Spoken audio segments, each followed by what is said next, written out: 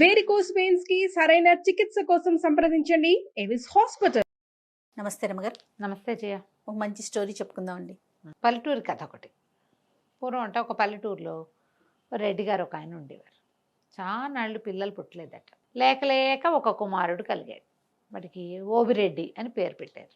అయితే ఈ ఓబిరెడ్డికి పెద్ద చదువు రాల, పైగా లేక లేక పుట్టడంతో పిచ్చి గారాబంట, అమిత గారాబం. ఏదో సుమారుగా ఉండేది, ఆడుకుంటూ ఉండేవాడు ఇంట్లో. అంత తెలివిగలవాడు కాదు. అయితే ఇది కొన్నాళ్ళు పోయాక నాన్నకు తెలిసింది, పిల్లాడికి చదువు సంధ్య లేకపోతే కష్టము, వీడు తెలివిగా లేడు అని అనుకుని ఆయన స్నేహితుడు ఒక బ్రాహ్మణ ఆయన ఉన్నారు, అప్పన్న శాస్త్రి అని. ఆ శాస్త్రి గారిని పిలిచి వీడికి ఎట్టో కొట్ట 4 చేతులు సంతకం పెట్టడము, 4 మాటలు మాట్లాడడము, 4 ఏమన్నా నేర్పించు అని అడిగాడు. అప్పన్న శాస్త్రి గారిని బాగా పోషించేవారు వీళ్ళు. ఆయన రోజు అది చెప్పి ఇది చెప్పి చెప్పడానికి చాలా ట్రై చేసి విరక్తి పెట్టి ఊరుకున్నాడు. ఆయన ఏం నేర్పించాడు? సుమతి శతకం పద్యాలన్నీ వల్లి వేయించి నోటికి చెప్పాడు. సంతకం పెట్టడం నేర్పించాడు. ఇప్పుడు నీకు ఇలన్నీ సాంగంగా చక్కగా నేర్చుకుంటే క్రమంగా ఎవడి సంతకం వాడు పెట్టేటప్పుడు వాడి తలకు సిగ్నేచర్ థింగ్ ఒకటి ఉంటుంది అందులో. నేనే నీకు జయలక్ష్మి పేరు రాయడం నేర్పించాను అనుకో, నీకు అవి రావాలని ఇంతంత రాసి పెడతా కదా, అంతేనా? అంతేగా. పెద్ద పెద్ద అక్షరాల్లో దిద్ది వాడికి పెద్ద పెద్ద అక్షరాల్లో సంతకం పెట్టడం మాత్రం వచ్చింది. ఈ అప్పన్న గారికి కూడా విసుగు పుట్టింది. వీడు మతిలేని పిల్లవాడు, వాడికే వస్తుందిలే, ఇవి వచ్చిన పద్యాలు చాలు, వాడి సంతకం పెట్టడం వచ్చింది, అదే చాలని వదిలిపారేశాడు. అలా నడిచేది. క్రమంగా ఏమైంది, కొంతకాలానికి తండ్రి గతించాడు. ఈ ఓబిరెడ్డికి చుట్టూతా స్నేహితులయ్యారు. వీళ్ళు వీర శివారెడ్డి, వెంకటరెడ్డి, అప్పన్నరెడ్డి, ఇట్లా ఒక 6-7 రెడ్లు తయారయ్యారు. వాళ్ళకి వీడు పిచ్చి వెధవని, అమాయకుడని తెలిసింది. వీళ్ళంతా ఏదో దూరపు చుట్టాలు. ఎంతసేపు ఇంటికి వచ్చి ఉండేవాళ్ళు, అవి ఇవి వండిచ్చేవాళ్ళు, అది వండిచ్చి ఇది వండిచ్చి అంటే వండిచ్చేవాళ్ళు. క్రమంగా ఇట్లా అయ్యాక వాడి దగ్గర డబ్బులు, ఇంట్లో ఉన్న డబ్బంతా తరిగిపోవటం మొదలుపెట్టింది. తండ్రి పొలాలు పుట్రలు తయారు చేసి పెట్టాడు కొడుకు కోసం. ఇంట్లో ఏదో ధనం, మెల్లిగా ఎవరైనా వస్తుంటే సరుకులు కావద్దు, పని వాళ్ళు పోయి సామాన్లు తెస్తారు, డబ్బులు ఇస్తాడు, మెల్లిగా డబ్బులు అయిపోవు. ఇక డబ్బంతా ఖర్చు అయిపోవటం మొదలుపెట్టింది. ఎంతసేపు ఎవరో ఒకళ్ళు చుట్టం పక్కవని వచ్చేవాళ్ళు. మా ఇంటికి చుట్టాలు వచ్చారు, మీ ఇంటికి తీసుకొచ్చానని వాడు స్నేహితుడు ఇంకో రెడ్డి గారు వచ్చి. క్రమంగా రోజులు గడిచే కొందికి డబ్బులు తగ్గిపోయినాయి.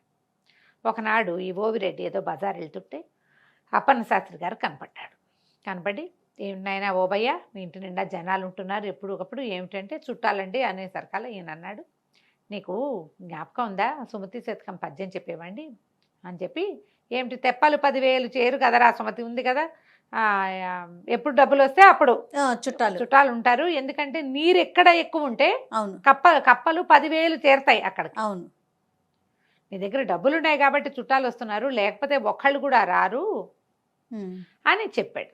ఈ సుమతి శతకం పద్యం వల్ల వేసుకుంటూ వెళ్ళేసరికల్లా ఈ ఓబిరెడ్డికి అర్థమైంది. అవును కదా, అక్కడి నుంచి ఇంటికి వెళ్ళగానే ఇంట్లో చుట్టాలు వాళ్ళు వీళ్ళు ఉన్నారు, ఎవరో కొంచెం పలహారం చేస్తున్నారు, ఇంకెవరో కాళ్ళు దాపు పడుతున్నారు. గట్టిగా అరిచి కేకలు పెట్టి తిట్టిపోసాడు అందరినీ. మీరందరూ కప్పలు, నా దగ్గర డబ్బులు ఉన్నాయి కాబట్టి చేస్తున్నారు, అంతకంటే ఏం లేదు. సుమతి శతకారుడు ఏనాడో చెప్పాడు, పొండి మా ఇంట్లోకి ఇక మా గడప మీద అడుగు కూడా పెట్టద్దు, మీరు వెళ్ళిపోండి అని అందరి మీద కేకలు పెట్టాడు. కొంచెం అమాయకుడు కదా, జనం అంతా అంత అరుస్తుంటే ఎవరుంటారు, ఎవరి దారిన వాళ్ళు సర్దుకుని పోయారు. ఈ కప్పల పద్యం అందరికీ తెలిసిందే కదా, పిల్లలకి నేర్పించాలి. మన దగ్గర డబ్బులుంటే ఉండే విధానం వేరుంటుంది, చుట్టాలు డబ్బులు లేనప్పుడు ఉండే విధానం ఎప్పుడూ వేరుగానే ఉంటుంది. అందుకని చుట్టాలతో డబ్బులు సంపాదించుకోవాలి, కానీ చుట్టాలతో మితంగా ఉండాలి. బాగానే ఉంది. కొంతకాలం గడిచింది, ఇంట్లో డబ్బంతా అయిపోయింది, కానీ పొలము పుట్ర ఉన్నాయి కదా, నెల ఏడాదికి ఒకసారి డబ్బులు వస్తాయిగా, వాటితో ఓబయ్య కాలక్షేపం చేస్తున్నాడు. అయితే ఊళ్ళో ఈ స్నేహితులు ఉన్నారు కదా, వీళ్ళు ఏం చేశారు, ఇతను అల్ప సంతోషి ఓబయ్య. ఒకడేం చేశాడంటే, మా ఊరి నుంచి చిలకడ దుంపలు వచ్చినాయి ఓబయ్య, నీకు ఇవ్వడానికి వచ్చామని చిలకడ దుంపలు పుచ్చుకొచ్చాడు. చిలకడ దుంపలు ఉడకబెట్టించు, తినడానికి చాలా బాగుంటాయి, మా ఆవిడ బెల్లం వేసి వండింది, ఇదిగో నీకని ఒక కప్పు తెచ్చాడు. ఇప్పుడు వాళ్ళు ఇవ్వడానికి ఇచ్చారు కానీ తీసుకోవడానికి రాలా. బాగుందిగా, ఓబయ్య ఆ స్వీట్ తినేశాడు, చిలకడ దుంపలు చూసుకొని సంతోషించాడు. మళ్ళీ ఫ్రెండ్షిప్ వృద్ధి అయింది కొండారెడ్డితోటి. 3-4 రోజులు పోయేసరికి శివారెడ్డి వచ్చాడు. మా పొలంలో పండిన వేరుశెనకాయలు తంపటేసుకొని తింటే మహా బాగుంటాయి, ఇదిగో అని ఒక పెద్ద కంపాయంత కట్ట వేరుశెనకాయలు తెచ్చిచ్చాడు. ఒలిపించుకుని వేయింపించుకో, చాలా బాగుంటాయి, ఇదిగో తంపటేసుకుని మా ఆవిడ చేసింది నీకోసం అని ఓ గిన్నె పుచ్చుకొచ్చాడు. తంపటకాయలు తినడానికి మహా బాగుంటాయి. ఇప్పుడు కొండారెడ్డి కూడా శివారెడ్డి కూడా ఎందుకు వచ్చాడు, ఇవ్వడానికి వచ్చాడు. ఇంతకుముందు మనకేం తెలుసు, తీసుకోవడానికి వస్తారు చుట్టాలు, అవునవును. ఇప్పుడు ఇవ్వడానికి వచ్చారు. ఇవ్వడానికి వచ్చారు. వీళ్ళు కాకుండా హనుమంతరెడ్డి ఒక ఆయన వచ్చాడు. ఆయనేమో మా ఇంట్లో సంక్రాంతి పండగకి పప్పలండాం, ఇదిగో నీకు అరిసెలు నేతరిసెలు ఇవ్వడానికి వచ్చాను అన్నాడు. ఒకళ్ళు మా ఆవు ఈనింది జున్ను ఇదిగోనన్నారు. వరుసగా స్నేహితులు రావడం మొదలుపెట్టారు. క్రమంగా మళ్ళీ స్నేహితులకు అలవాటు పడ్డాడు ఇతను. ఎందుకంటే వాళ్ళు తీసుకోవడానికి రాలేదు కదా, ఇవ్వడానికి వచ్చిన వాళ్ళతో తప్పేముంది. అది మెల్లిగా రాకపోక మొదలైన బజార్ తీసుకుపోయేవాళ్ళు. నువ్వు కాఫీ ఇప్పించు, నేను టీ ఇప్పిస్తానని. ఇవాళ నువ్వు కాఫీ ఇప్పించు, రేపు మేమందరం టీ ఇప్పిస్తామనేవాళ్ళు. ఒకడందరికీ ఓబరేడే అందరికీ కాఫీలు ఇప్పించేవాడు హోటల్లో. మర్నాడు ఎవరు వచ్చేవాళ్ళు కాదు. ఈ 2 రోజుల్లో ఈ ఓబరేడే మర్చిపోయేవాడు. మళ్ళీ స్టార్ట్, నువ్వు ఇవాళ టిఫిన్ ఇప్పించు, నువ్వు ఇవాళ మిఠాయి పొట్లం కట్టించు, నువ్వు ఇవాళ జిలేబీ ఇప్పించని మొత్తం వీడి దగ్గర డబ్బులన్నీ ఖాళీ చేసేవాళ్ళు. అయితే ఏమైంది, కొద్ది రోజులు పోయాక ఇతనికి డబ్బు అవసరం రావటం మొదలుపెట్టింది. అందరూ 5, 10, 10, 25 అప్పులు పెట్టారు. కావాలంటే మేము ఇస్తాం కదా అని 5, 10, 25 కలిపితే ఓ 100 రూపాయలు అవుతుంది అంతే. డబ్బులు అయిపోతున్నాయని అడిగేసరికి మళ్ళీ రావాలి కదా, పొలం డబ్బులు వచ్చేదాకా చేతిలో డబ్బు అయిపోతే ఏం చేయాలి. అవును. సరే అప్పులైనాయి. అయిన తర్వాత స్నేహితులంతా ఏం మాట్లాడుతున్నారంటే, ఈ బాబాయ్ పిచ్చి వెధవా, ఒక ఎకరం పొలం రాయించేసుకుంటే మన అప్పులకు సరిపెట్టచ్చు. రెండో వాడు అన్నాడు, అట్టెట్టా సరిపెడతావు వెధ, 100 రూపాయలు కూడా అవ్వు, పొలం 15-1400 ఉంటుంది ఎకరము అంటే. ఏం పర్వాలేదు వాడికి, వాడు ఒప్పుకోడు అన్నాడు. ఏం పర్వాలేదు, వాడికి ఏమైనా తెలుసా చచ్చా, అంత తెలివిగలవాడు కాదు. ఎకరం లాగేశామంటే సమానంగా పంచుకుందాం, 5గురం అందరూ కలిసి ఇచ్చింది 100 రూపాయలు, సమానంగా తలా ఒక 300 పంచుకుంటారు. ఓకే.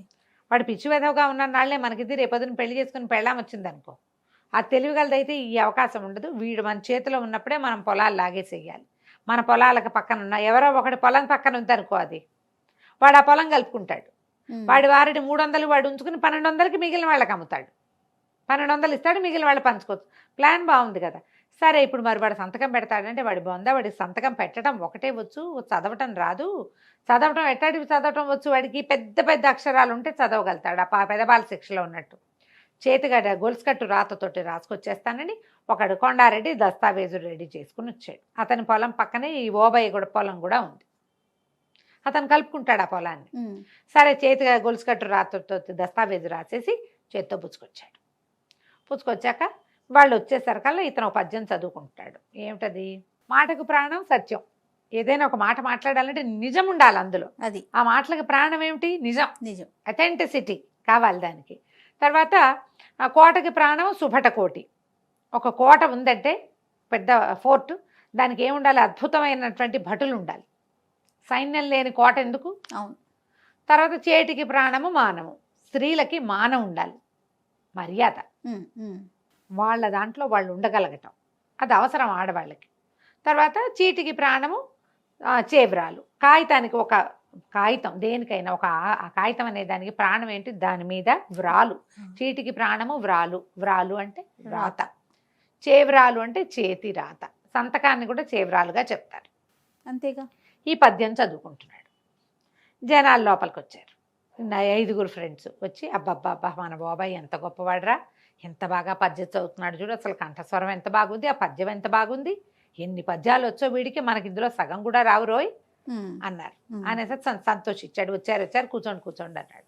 అన్నాక అసలు ఓబయ్య చేతి వ్రాలు కూడా ఎంత బాగుంటుంది, సంతకం అంటే వీడిదే, ఎంత బాగా పెడతాడు, ముత్యాల కోవ అంటే. అవునా అన్నారు. అనగానే అవునోయ్ నేను బాగా పెడతానని వీడు చెప్పాడు, వాళ్ళు కూడా ఓహో అన్నారు. అయితే ఈ కొండారెడ్డి గారు ఏం చేశాడంటే, సరే ఆ వ్రాలేంటో దీని మీద పెట్టు చూద్దాం, ఎంత బాగా రాస్తావో, ఆ ముత్యాల కోవ ఏంటో నేను కూడా చూస్తానని పైన గొలుసు కట్టు రాతతోటి రాసేసిన దస్తావేజు తెచ్చి చేతులు పెట్టాడు. వీళ్ళందరూ ఓహో అంటున్నారు. ఇతను అమాయకుడు కదా, గబగబా కలం తీసుకొచ్చి ఓబయ్య వ్రాలు అని రాశాడు. లేదా ఓబిరెడ్డి, ఇంటి పేరు ఏదో ఉంది, చక్రాల ఓబిరెడ్డి వ్రాలు అని పెట్టాడు. పెట్టేసరికల్లా అందరూ అబ్బబ్బా ఎంత బాగుంది, అసలు ముత్యాలేగా, ఎంత బాగుందో చూడండి. అందరూ 5గురు చేతులు మార్చుకున్నారు కాగితాలు. మార్చుకున్నాక ఒక ఆయన అన్నాడు, ఒరే ఓబయ్య అసలు నీ సంతకం ఎంత ముచ్చటగా ఉందంటే పటం కట్టించుకుని పెట్టుకోవాలరా అన్నాడు. అనగానే ఓబయ్య ఏం చేశాడు, చర్రన ఆ కాగితం లాక్కుని పర్రమని దాన్ని చింపి తన సంతకం పెట్టింది చేతిలో పెట్టాడు. దీన్ని పటం కట్టించుకో అని ఈ కాగితాన్ని ఇట్లా చుట్టి పడేశాడు. కాగితంలో ఏముందో అతనికి ఏం తెలుసు. అక్కడి నుంచి ఎవరెవరా దస్తావేజు చింపేస్తావా నీ దుంపదేగా అని ఆ స్నేహితులు 5గురు మీద పడి చెంపలు వాయి కొట్టారు ఇతన్ని. వీళ్ళు హాల్లో కూర్చున్నారు. గోలగోలగా వినపడుతుంది. ఆ అప్పన్న శాస్త్రి గారు ఎవరో రైతుతో మాట్లాడుతూ రోడ్డు మీద పోతున్నాడు. ఏమిటి ఓబిరెడ్డి ఇంట్లో ఇంత గోలవుతోందని పరిగెత్తుకుంటూ లోపలికి వచ్చాడు. ఏమిట్రా నాయన. స్నేహితులందరూ తను ఎందుకు కొడుతున్నారో అర్థం కాల ఆ ఓబిరెడ్డికి. అవి జనాలు ఈయన పెద్ద మనిషి లోపలికి వచ్చేసరికి పంతులు గారు కదా కబుక్కుని ఆగారు. ఆగేసరికి ఏమిటయ్యా ఓబిరెడ్డి ఏం తాగాదా, ఎవరినైనా పెద్ద మనిషిని పిలవాలి, మీద పడి దెబ్బలేమిటిది, ఏం జరిగింది అన్నాడు. అడగంగానే ఇతను గబగబా ఏం చెప్పాడు. అది కాదండి సంతకం పెట్టాను నేను, చేబ్రాలు ముద్దుగా ఉంది పటం కట్టించుకుంటానన్నాడు శివారెడ్డి, అందుకని చింపిచ్చాను, చింపేసరికల్లా కేక కొడుతున్నారండి వీళ్ళు, ఎందుకు కొడుతున్నారో నాకు కూడా తెలియదు మాస్టర్ అన్నాడు. ఆనంగానే అప్పన్ గారు అన్నాడు, దేని మీద సంతకం పెట్టేవరా, ఏ కాగితం చూపి అన్నాడు. ఆనంగానే ఇతను చుట్టేసాడు కదా, నలిపేశాడు, కొంచెం చిరిగినట్టు అయింది, నలిపి అవతలు పారేశాడు. అక్కడ పడిందండి ఆ మూల అన్నాడు. వీళ్ళందరూ రియాక్ట్ అయ్యే లోపల ఈ అప్పన్న శాస్త్రి గారు కాస్త వెళ్ళిపోయి అతి కాగితం పుచ్చుకొచ్చేసాడు.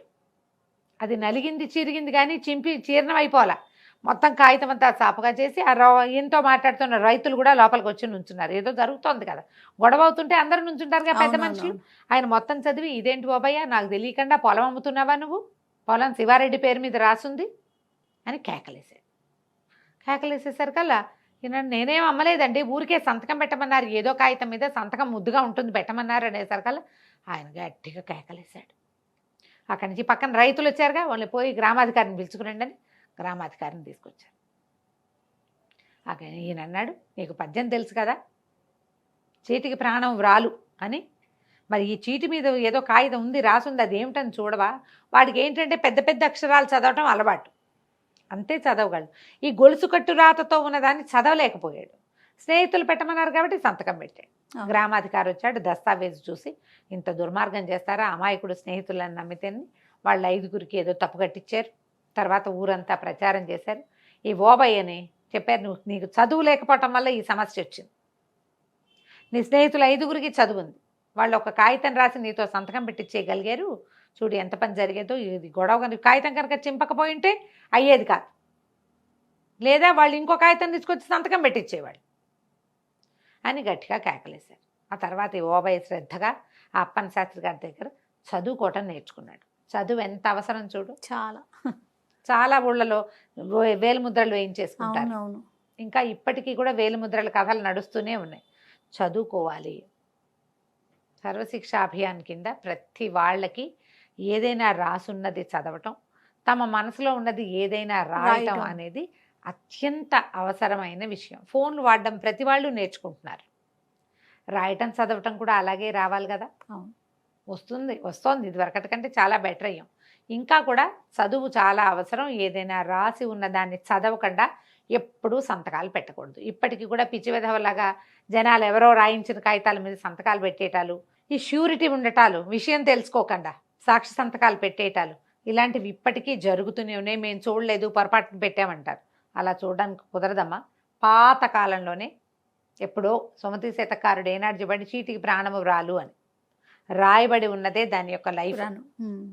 దాన్ని గమనించి పనిచేయాలి. కథ కంచికి మనం ఇంటికి. నమస్తే. నమస్తే జయ. సుమన్ టీవీలో మీ పర్సనల్ అండ్ బిజినెస్ ప్రమోషన్స్ కోసం కింది నెంబర్కి కాంటాక్ట్ చేయండి.